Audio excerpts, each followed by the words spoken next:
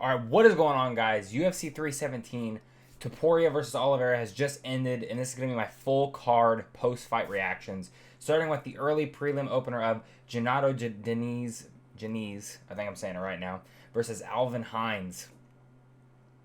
This was an okay fight.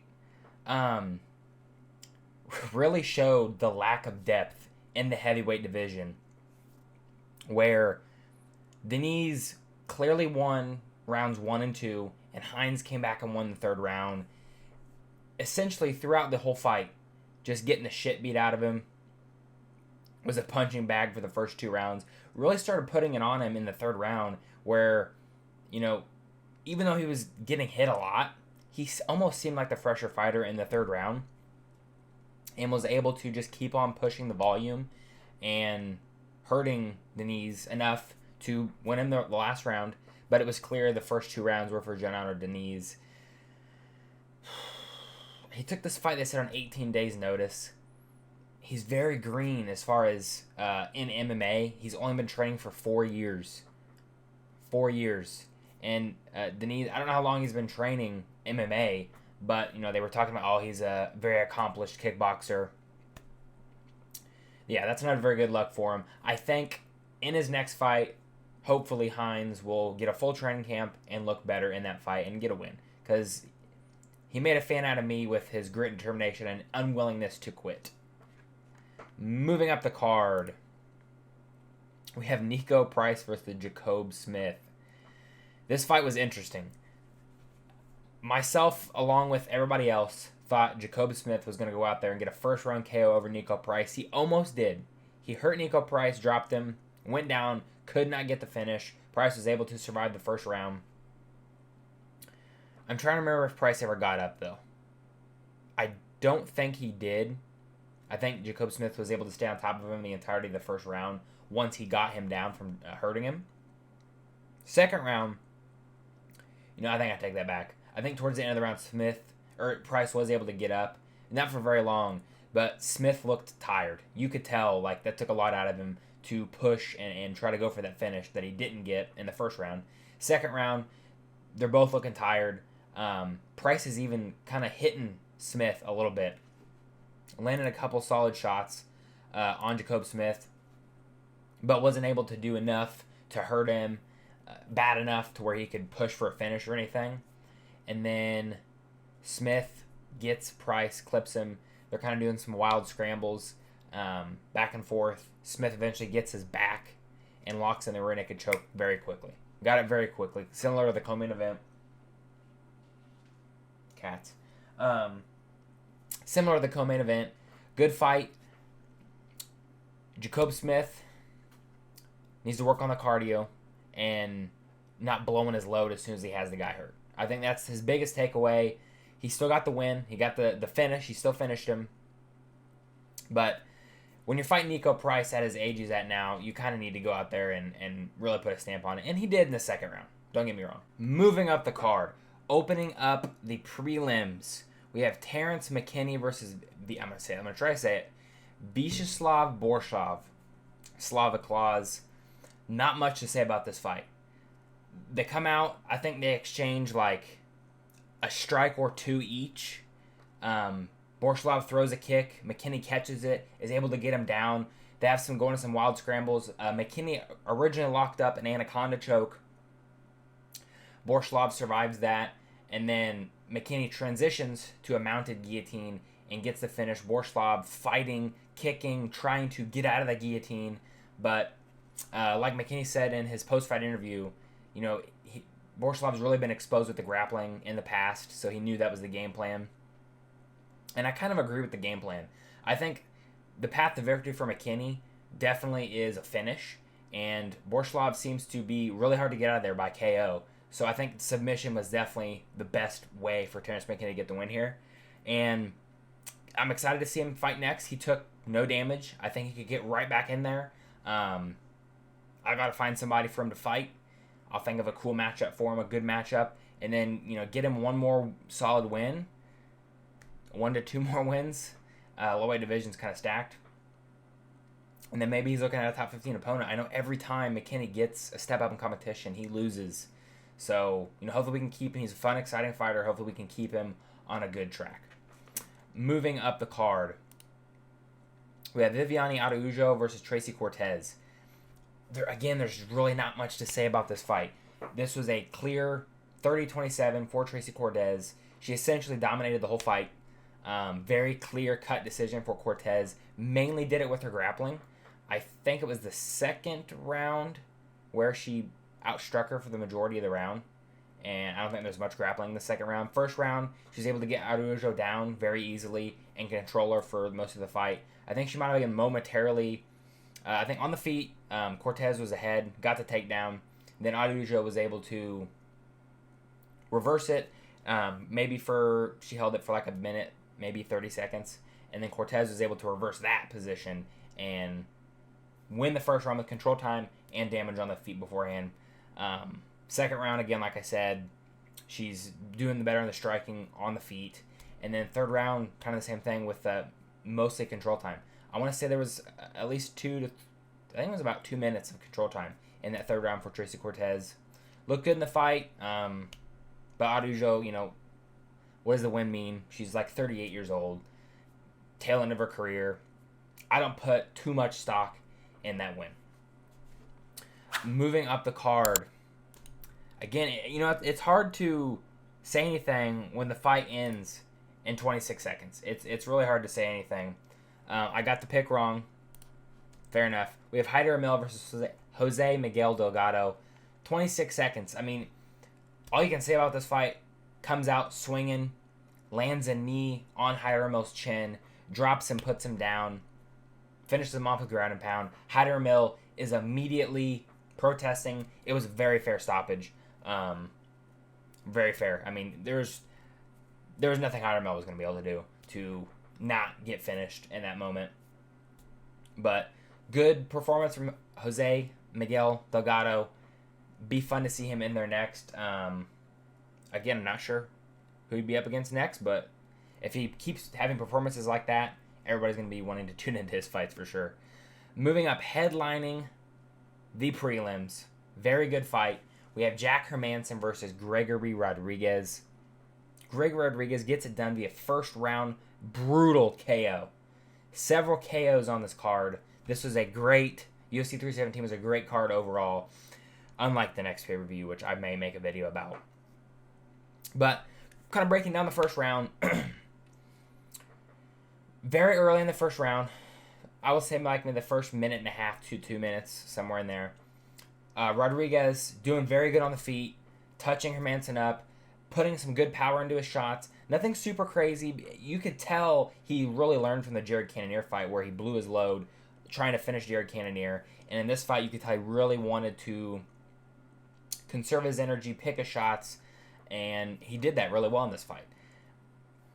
Towards the back half of that first round, Hermansson was starting to come back a little bit, but I still thought, even though Hermansson threw, I think, a little bit more volume than Rodriguez, you could definitely tell when Gregory would land on Hermansson, the impact was way more. So, even though Hermansson was starting to go back a little bit more with the volume, I think Rodriguez having the power towards the end of the first round, because again, the round was almost over. I was like, okay, I think Gregory's definitely going to be taking the first round. I had the first round for Gregory Rodriguez, and then they collide together, very similar to the main event. And I think it was it exactly like the main event? I think Rodriguez, I think he might have put him out with a left hook. Because I think he threw a right hand. I'm pretty sure it missed or just grazed him. And then he dipped down and then left hook. Knocked out Hermansson cold, out cold. Flat on the floor. Follows up with one unnecessary hammer fist. But, to be fair, his job is to fight until the ref pulls him off. Herb Dean slid in there, pulled him off. Great first round KO from Gregory Rodriguez. Although, Jack Hermansson's getting older. I want to say he's 38 years old as well. I could be wrong. He might be 37, but I know he's getting up there in age. Very excited to see Gregory Rodriguez back in there, and I know there's going to be an exciting matchup for him in his next fight. I don't want to throw him in there borderline, one more win, then maybe he could be in there with someone in the top 15. I don't know. I'll have to think about it. But moving up to the pay-per-view, opening up the main card, we have Peyton Talbot versus Felipe Lima. And when this main card starts is where I'm starting to get my picks really wrong. I think up until that point, I only got one pick wrong as far as overall person, which was the Hyder and Mill fight. Okay, I'm gonna pull up the judges' scorecards because if I remember correctly, they were a little silly for this fight. So let me pull it up.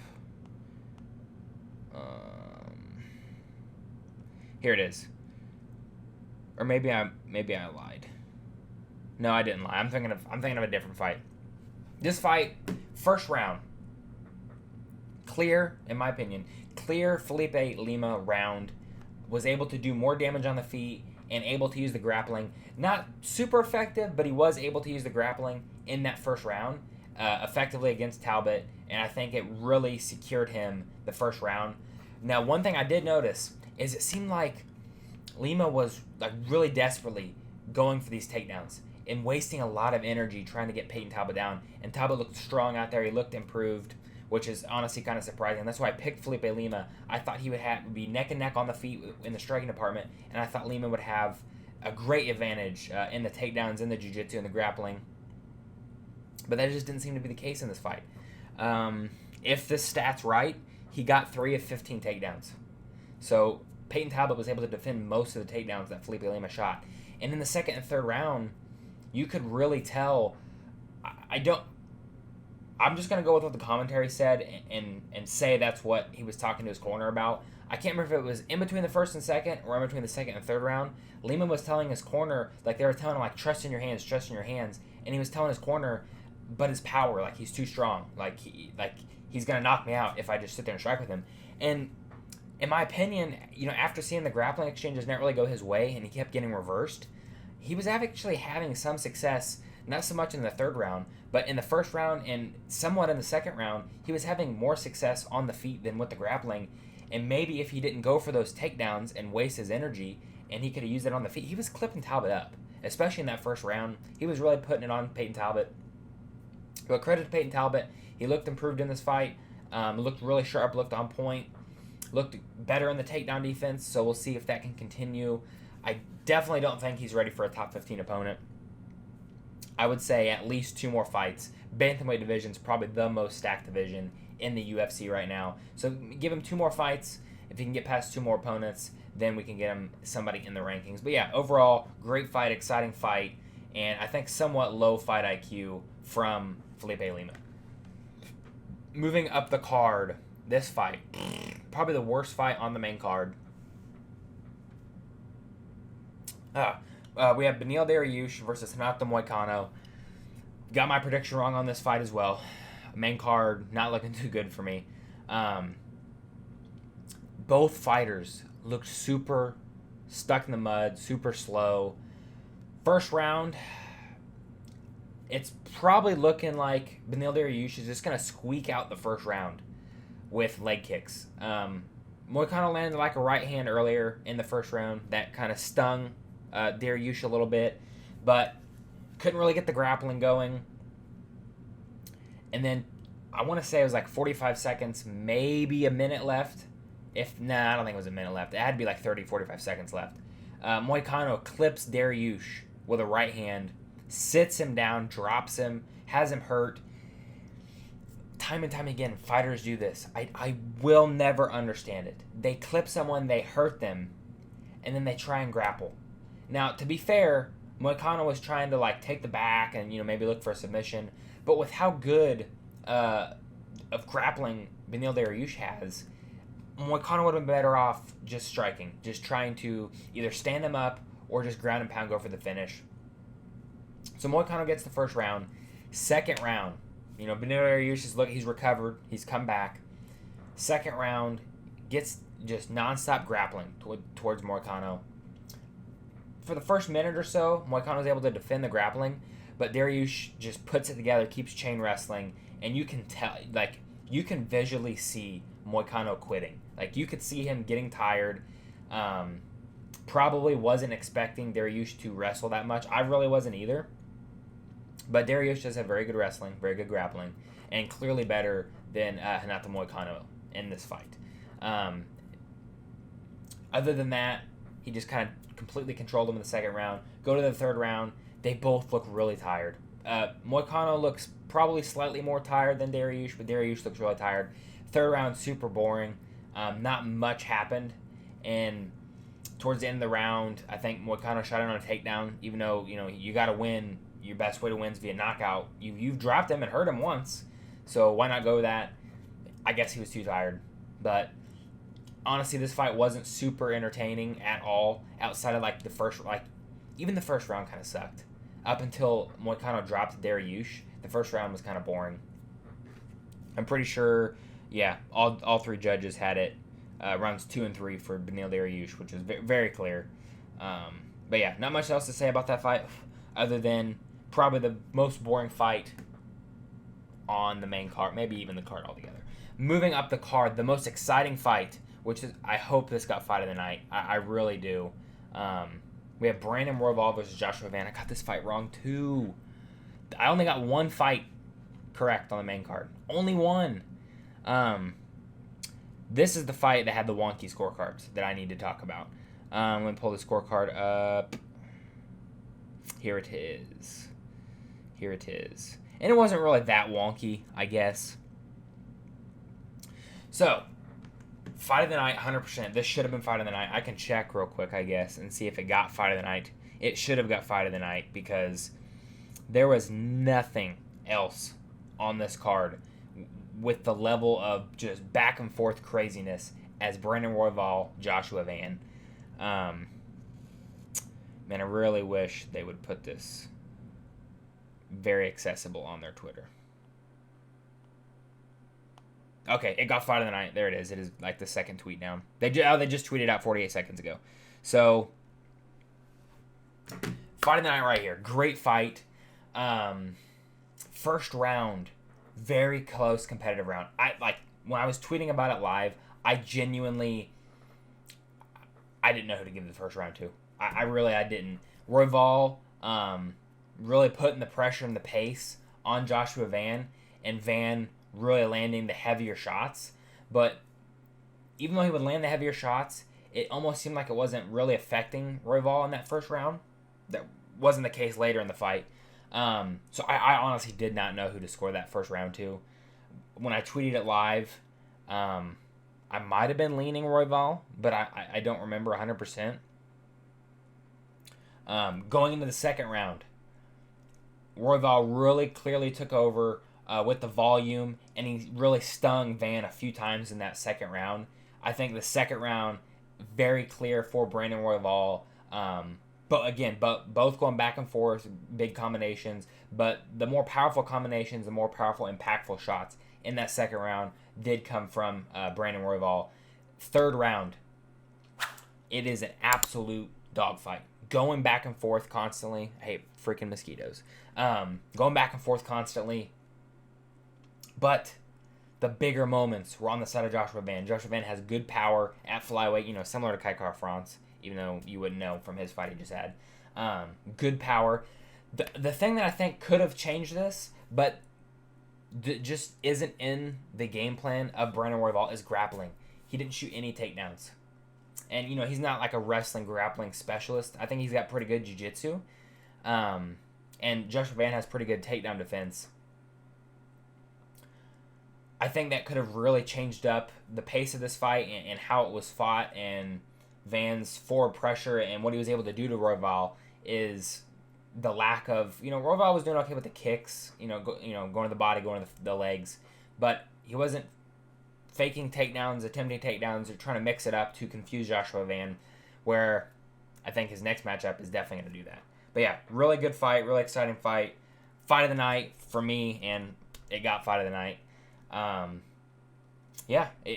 Total shock. I 100% truly believed that Brandon Royval was going to be too much with the volume for Joshua Van. I really didn't think, I thought he had good power, but I didn't think it was, obviously he didn't knock Royval. At the end of the third round, he did drop him, And, if there was another 30 seconds, 45 seconds, he might have been able to finish Brandon Royval. But that was just from the accumulation of constant damage and combinations he's putting on him. Cannot wait for his next fight. Speaking of his next fight, we have Alexandre Pantoja versus Kai Kara-France. This is going to be the fight to make next. They got Joshua Van out in the cage. This is definitely, there's literally nobody left to fight Alexandre Pantoja. I don't even think Kai Kara-France deserved to fight for the belt. In my mind, Brandon Royval, obviously before this happened, was more deserving than Kai Kara-France. He was on a 2-fight win, only on a 2-fight win streak, but Kai Kara-France was only on 1-fight win streak against Brandon Moreno, former 2-time champion, and why did I forget who it was? Tatsuro Taira, hot up and coming prospect, shut him down. So I didn't think Kai Kara-France deserved this anyway, and I should have picked Pantoja to finish him, but Kara-France in the past, he's tough, been hard to get out of there, so I thought he'd be able to survive all 5 rounds. But Pantoja, just the relentless pressure and pace, walking Kai Kara-France down, getting him taken down, taking his back, controlling him completely in the first round. Second round, Kara-France did a little bit better. Pantoja stood on the feet for a little bit, but I think eventually got him down. Wasn't as dominantly as the first round, though. I scored the first round for Pantoja 10-8. I don't think any of the judges did. Which he didn't do a whole lot of damage when he was on the ground. So, fair enough. And there wasn't really like any super close submission attempts. So I could see maybe why they didn't score it a 10-8. Let's see. Yeah, no judges gave Pantoja, but I gave him a 10-8. I mean, he boxed him up on the feet and then immediately got him down and dominated him the whole round. So I thought that was a 10-8 in my eyes. But yeah, then third round, similar thing. Goes out there, wild, crazy, gets Kai Kara-France down, gets his back, I think pretty much exactly how he did in the first round, but is able to get the rear naked choke, taps Kai Kara-France out. And what I was slightly confused about, which I think I know what happened, in that finishing sequence there, Kara-France was continually able to get Pantoja's hand down from really sinking the choke in.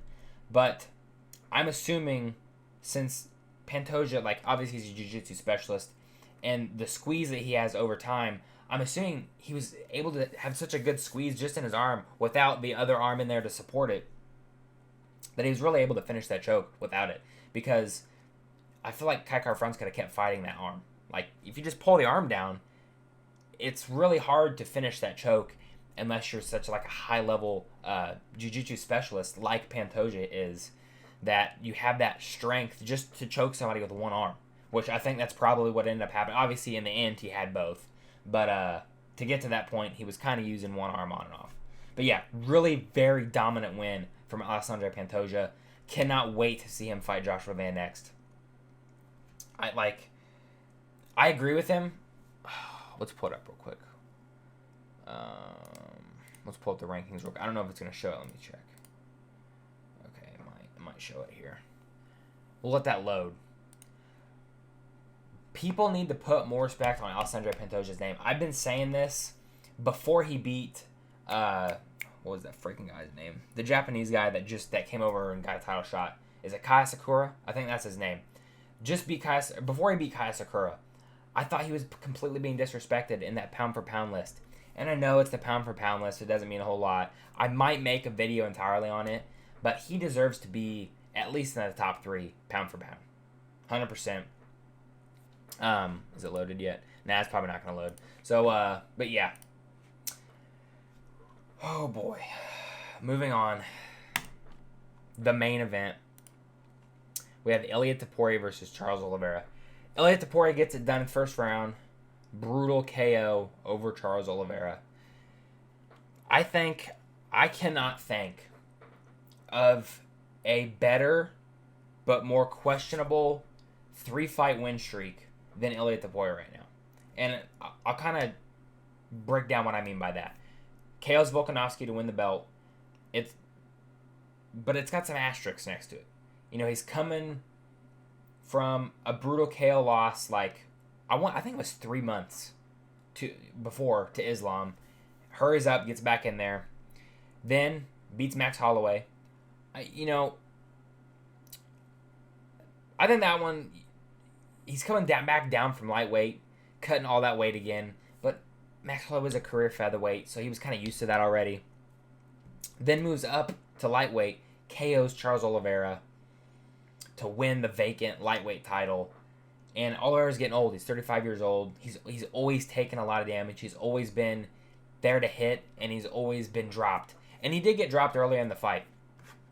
But one thing I will mention is early in the fight, Oliveira did sting Topuria, and I was thinking, oh, maybe he's going to catch him, maybe he's going to get him. And that's kind of what I was thinking was going to happen. That the power wouldn't transfer. Like, he would still be powerful, but I didn't think he would be that powerful moving up a weight class. I didn't. And clearly I was wrong in that. But yeah, next, apparently they're going to do Paddy Pimblett next. Paddy doesn't deserve a title shot, but they got the beef going back from, a couple years ago. So I'm sure that's the money fights that they're going to put on next. And I think Arman and Justin Gaethje should definitely fight. And the winner of that fight would be next in line for a title shot unless Islam moves back down. But great fight, very exciting fight. Yeah, not much to say. Oliveira didn't have that much success. Like, he stung him, I think, one time, maybe a little bit. Went in to try to get a takedown, couldn't, got reversed. Ilya ended up on top. And then they kind of played the up and down game a little bit. And Oliveira got back up, and by about that time, they traded a little bit on the feet, and then Oliveira got knocked out. Sad to see 3 of my favorite fighters all get knocked out in a row by Ilia Topuria. I really want someone to knock him out. I really do. I just don't. I don't know. I don't know who's going to do it. Like, Paddy Pimblett leaves his chin, like, way out there to be had. I think Topuria could knock Paddy Pimblett out. I mean, he could submit him. He said he wants to submit him. He told him to his face he wants to submit him. I think he should knock him out. Justin Gaethje, he's got good power. Don't get me wrong. Gaethje has good power, but he's not putting, like, when's the last time we've seen Justin Gaethje do that to anybody? He head kick KO Dustin Poirier in like a fluke KO win, where if they fought again, I would pick Dustin Poirier. I can't. Is it James Vick? Is that the last time Justin Gaethje really flatline KO'd somebody? Was James Vick, who everybody KOs? So, Justin Gaethje's, the power's a little overrated there. And he has no grappling. So Topuria could just take him down and submit him, I think, relatively easily. I think there's only 2 people right now at lightweight that I could see having a competitive fight or potentially beating Ilia Topuria, and that is Islam Makhachev if he moves back down. Islam, very strong, always improving in the striking. But honestly, I think if he wins the welterweight title, I don't think he's going to move back down. Like, why would you cut the weight when you don't have to? I think that'd be really cool, because I don't think anybody's done that before. Maybe did BJ Penn do it? Started at 55, went up to 70, won that belt, went back down to 55, won that belt. I don't know. BJ Penn might have done that. I can't remember off the top of my head how that all went for him. I know he was a double champion. But yeah. And Arman. I can't remember if I said Arman or not. I think Arman could potentially beat Ilia Topuria. I think Topuria could knock Arman out. I wouldn't see Arman Tsarukyan knocking out Ilia Topuria. I think Arman would really have to mix in the grappling and have a really wrestling-heavy game plan to beat Ilia Topuria and probably win via decision. But I think both of those fights would be great fights. If they really do the Paddy Pimblett fight next, which I'm assuming that's what they're going to do, when I make my fights to make video, that's the fight I'll throw in there. Just because that's probably what's going to happen, because they have the beef. That's like that's like a free title defense for Ilia Topuria. That's the equivalent of what they did to Sean O'Malley by giving him a free title defense versus Chito Vera, where he absolutely dominated Chito Vera for 5 rounds. Complete domination. I think it would be similar in that fight with a potential matchup with Paddy Pimblett. But nonetheless, that was UFC 317. Those are my thoughts. What are your guys' thoughts? Let me know in the comment section down below. Who do you think can stop Ilia Topuria, if anybody? Let me know down below. I'll see you guys in the next one. Goodbye.